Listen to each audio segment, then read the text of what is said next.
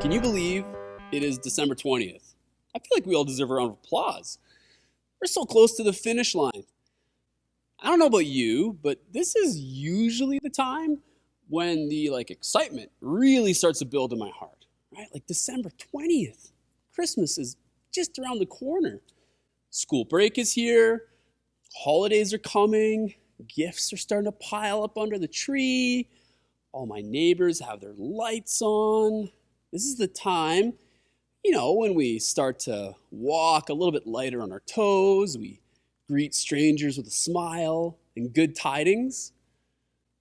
This year feels a bit dampened, doesn't it?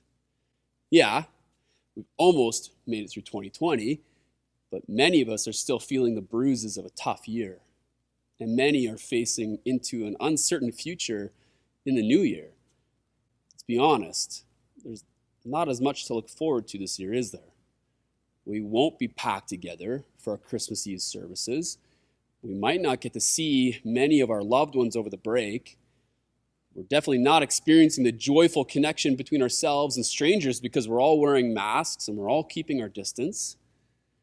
There's like a undeniable heavy cloud that hangs over this season, and I think we're all feeling it. And I wonder if maybe, amidst the cloudy darkness, we might be primed to tune into the Christmas story in a fresh way. Now, don't get me wrong.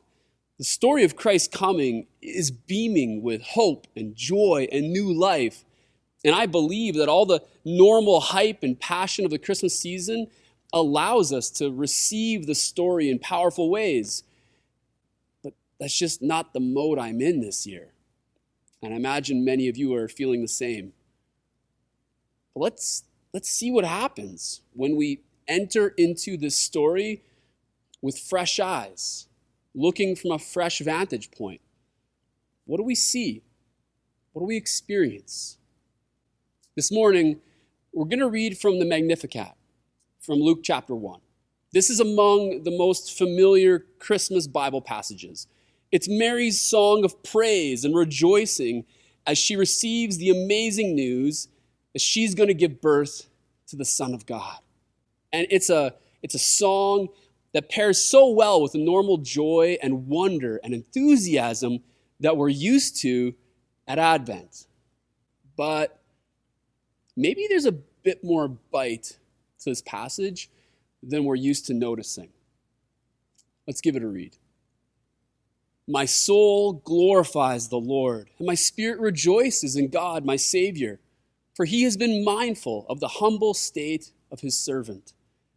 From now on, all generations will call me blessed, for the Mighty One has done great things for me.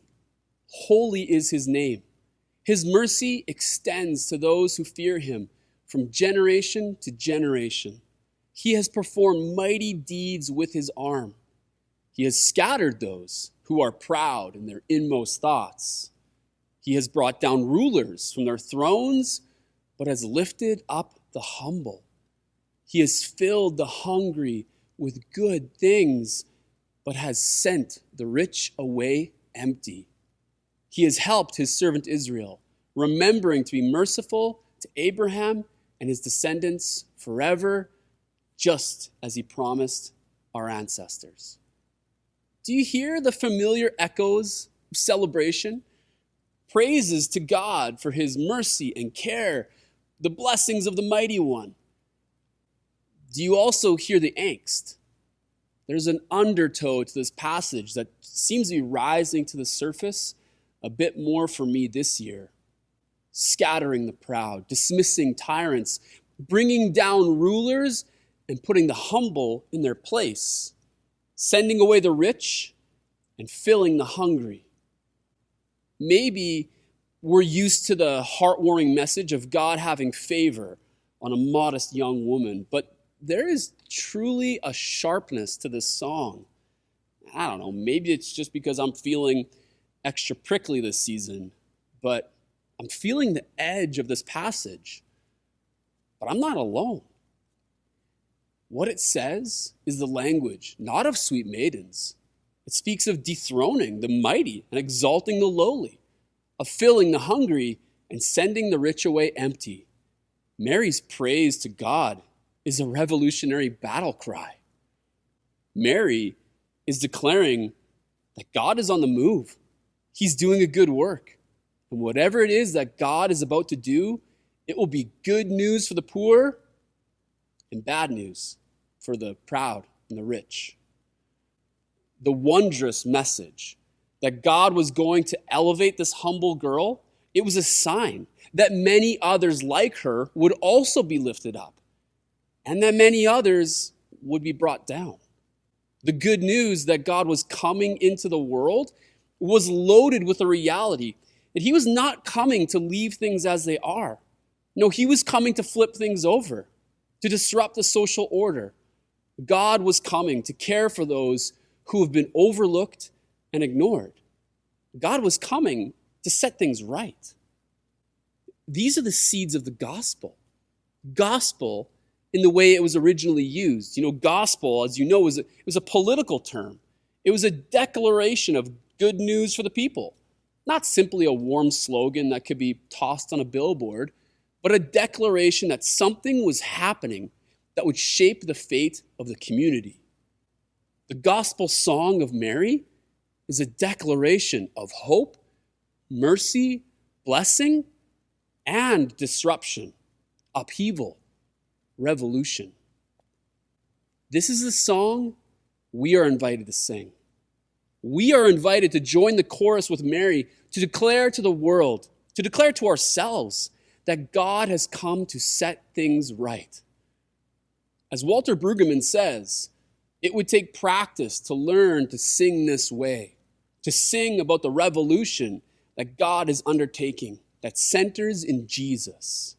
But unless we sing and live that song, we settle against the gospel for the world the way it is.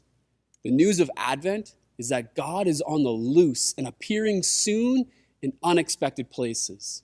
People like us may find such a song a jolt because we have settled for a more timid God. But this is the one shown to us. Maybe this Christmas, amidst the dampened celebration, we can learn to sing along with Mary, to declare the hope of the mighty God who has come to bring justice to the lowly and to lift those who are held down. But we must remember, this is the song of the lowly. This is the song of the poor, not the rich. This is the song of the humble, not the proud. As we learn to sing this song and call out for God's work of flipping things around, we must call out for that work in our own lives as well. This is why we must learn to sing this song. We must not allow ourselves to settle into the patterns of this world. We need to learn the lyrics of this revolution so that the song can settle deep in our hearts and can resound in our lives. And like we talked about last week, this song will keep our imagination stirring. As we feel unsettled with the way things are, God's Spirit will bring to mind new possibilities, new opportunities for the power dynamics to be flipped around. If we embrace that song, we will be brought back to a very simple question time and time again, and that is, how does this happen? How does the revolution actually emerge in our lives and in our world? And to answer this, we're going to look back to the words of the prophet Isaiah. The people walking in darkness have seen a great light. To us, a child is born. To us, a son is given, and the government will be on his shoulders. And he will be called Wonderful Counselor, Mighty God, Everlasting Father, Prince of Peace. Of the greatness of his government and peace, there will be no end. The coming of Christ as a child shows us the essence of the revolution. The Messiah has come to upend the system at the hands of a child. This is the way that the Almighty One brings down rulers and scatters the proud, as a child. This is the way God restores the humble and cares for the poor, as a child. This is the way that God shows up to declare that the revolution has begun, as a child. It is those in the darkness who see the great light. Those who feel the heaviness of the world, those who see the burdens of the oppressed and feel the weight of injustice in our society. To these people, the child is born. Are we among those people? Are we weighed down by the darkness? Do we see the light? Do we see the way that God has come? Do we see the way that God has called us to live? As Jürgen Moltmann says, the kingdom of peace comes through a child, and liberation is bestowed on the people who become as children, disarmingly defenseless, disarming through their defenselessness and making others defenseless because they themselves are so disarming. This is how the revolution will emerge in our lives when we take up the way of the child. See, those who see the light are called to live into the light. We are invited to embrace Christ's way of revolution, to take up the way of the child. We are invited to surrender autonomy, to learn the way of dependence on God and dependence on God's family, the church. We work with God to disperse power when we release what we have, when we freely give and share. We work with God to scatter pride by embracing the way of humility. We are invited to submit our achievements, to submit our accomplishments, to submit our authority, and to locate that within the collective community. You see, the way of the child is the way of interdependence. God invites us to imagine a world where the playing field is leveled and we learn to give and receive from one another. Where we do not hoard, we share. And where we are not self-sufficient, but we are mutually dependent. This is the message of hope for the proud and the lowly. It declares to us that there is a better way. And this message, it penetrates our current dark reality, and it reminds us that one day all darkness will be gone. The child of light has come, and he will come again. One day his light will be the only reality that we know. But until that time, we keep chasing the light. We embrace the ways of the child as our way to participate in the revolution, even now. But is this really possible here and now? Or is it just a dream? There's nothing against dreams if they are good ones. The prophet gave the people in the darkness and us this unforgettable dream. We should remain true to it. The story of Israel is a story of people holding on to a dream, anticipating the one who would set all things right. They could only see a shadowy outline of the coming Savior. But to us, Mary and the apostles of the New Testament, they proclaim the person himself. He is Jesus Christ, the child born to the humble young virgin. He is the liberator who came to us and remains with us. He is God with us, God among us, God in us. So we continue to dream a good dream for our world because we know that Christ has birthed that dream in our hearts. He came to show us God in person. He came to show us love lived perfectly. He came to show us the power of the revolution, restoring hope to the broken. He gave his life to disarm the powers of evil. He was raised to life to show us that the dream is possible, and he sent his Spirit to live in us, to help us join in. We can follow him. We can embrace the ways of the child and make the dream of peace and liberty visible in our world. Could it be possible that in the bleakness of 2020, we might uncover new depth in the mystery of Advent? Maybe as we feel the frustration of restrictions and limitations, we might find ourselves paying attention to the injustice and unrest that continues to dominate our world. Can we learn to make Mary's song of revolution our anthem, a rallying cry of the revolution that is breaking into the darkest of seasons?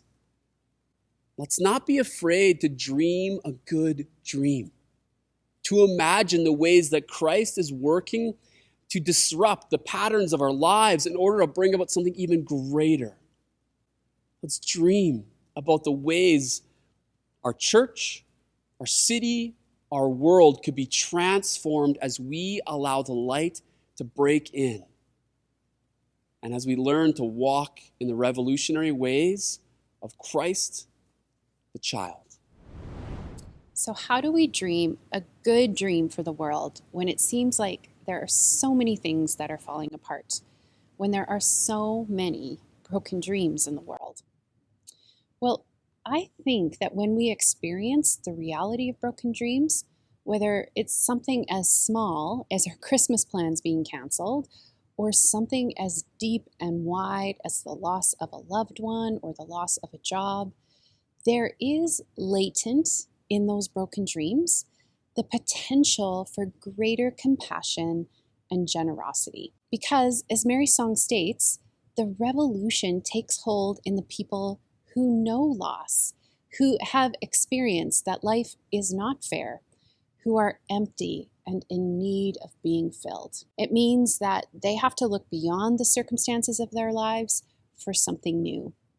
Their emptiness opens them up to be filled by something other than what is right before them. And COVID has emptied us out too.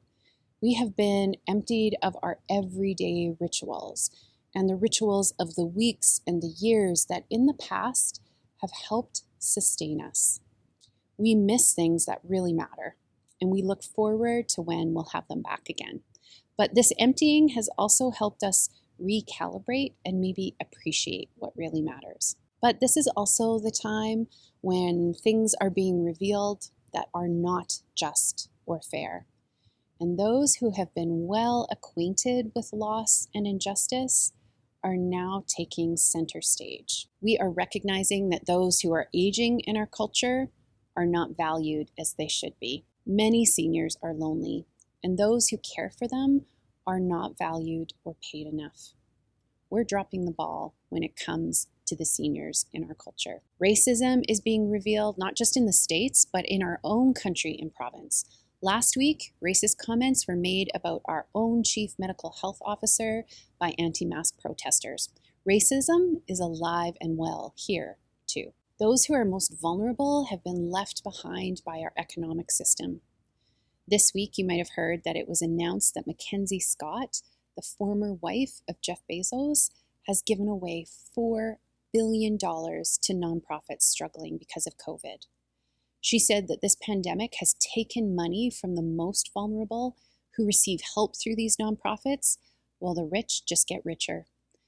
Those who are losing access to these services are mostly women and children, and most of them are people of color. People with mental health issues are suffering more because of isolation and the weight of the pandemic on services that they really need. And we could name many more issues of injustice that are being uncovered by this pandemic. And so this pandemic is helping us realize that this world is broken and unjust for many people, and mostly for people who can't fight those injustices on their own. And yet, in the middle of this, Jesus is still being incarnated. Jesus is coming, That is the promise of Advent. But still, in the middle of this, Jesus is being incarnated. Jesus is coming. That's the promise of Advent. In the middle of this, and actually in some ways because of this, God is inviting us to dream about a different way. And Jesus reveals that new way. Jesus, instead of hoarding what he has, pours it out for the sake of the world. Have you ever been to a birth or had a baby? Think about that process for a little bit. It is messy. It hurts. And babies come out squished and covered with goo. And that's how the God of the universe came into the world. He poured out his power and became completely dependent. His revolution starts with humility. And that's the clue as to how we allow this new dream to take root in us. We follow the ways of humility, of Jesus' way of self-emptying. And the practice of generosity is a way to pour out what we have been given in order to fill others, but also to make room in ourselves to be filled again, to make room for Jesus to be incarnated again in us. So generosity does double duty. It spreads around resources that are needed. It sows seeds of happiness and security in the world, but it also helps loosen our grip on things that might stand in the way of us following in the humble way of Jesus. Generosity helps us live in dependence on God and allows us to experience the interdependency that we were made to have with one another. It makes room in us for Christ to come, but it also allows us to be a part of what God is up to in the world. It's brilliant. So, this week for our generosity practice, we're going to give some money away. We've talked about giving time and attention to practice generosity, but there's something really important and central about giving our money away because money has such a hold in most of our lives. Now, some of us can only give a little bit, and some of us can give a lot, and most of us can give more than what we think we can. But the amount is not the point. The practice of generosity is. So here's your challenge. Think about the injustices in the world. Think about one that really bothers you, and then find a reputable organization that addresses this injustice and commit to financing that organization. 50 years ago, my dad did his medical residency in Haiti. And when he was there, he helped out in a little foster home run by two women in the north of Haiti. And this home provided medical care and help for the most vulnerable of Haitian kids, those with TB or disabilities or other congenital health issues. Now, my dad couldn't stay in Haiti, but when he got home, he started supporting the women and kids financially and committed to doing so for many years. In fact, my mom and dad still support that little foster home today. In 2010, when the earthquake hit Haiti, one little boy showed up at the home. He had lost his whole family, and he was so traumatized by his experience that he wouldn't speak.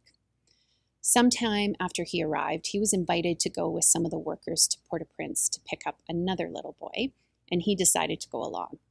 So they picked up this other little boy and were headed back to the home. And as they were driving along, the first little boy turned to the second little boy and said to him, "You are going to heaven." Now, the bulk of the work done to bring heaven to earth for these little boys, to create a new dream for the most vulnerable, is done by the Haitian workers on the ground. But my dad's money has helped create a safe place for these little ones. He couldn't stay in Haiti, but he could support the women who could.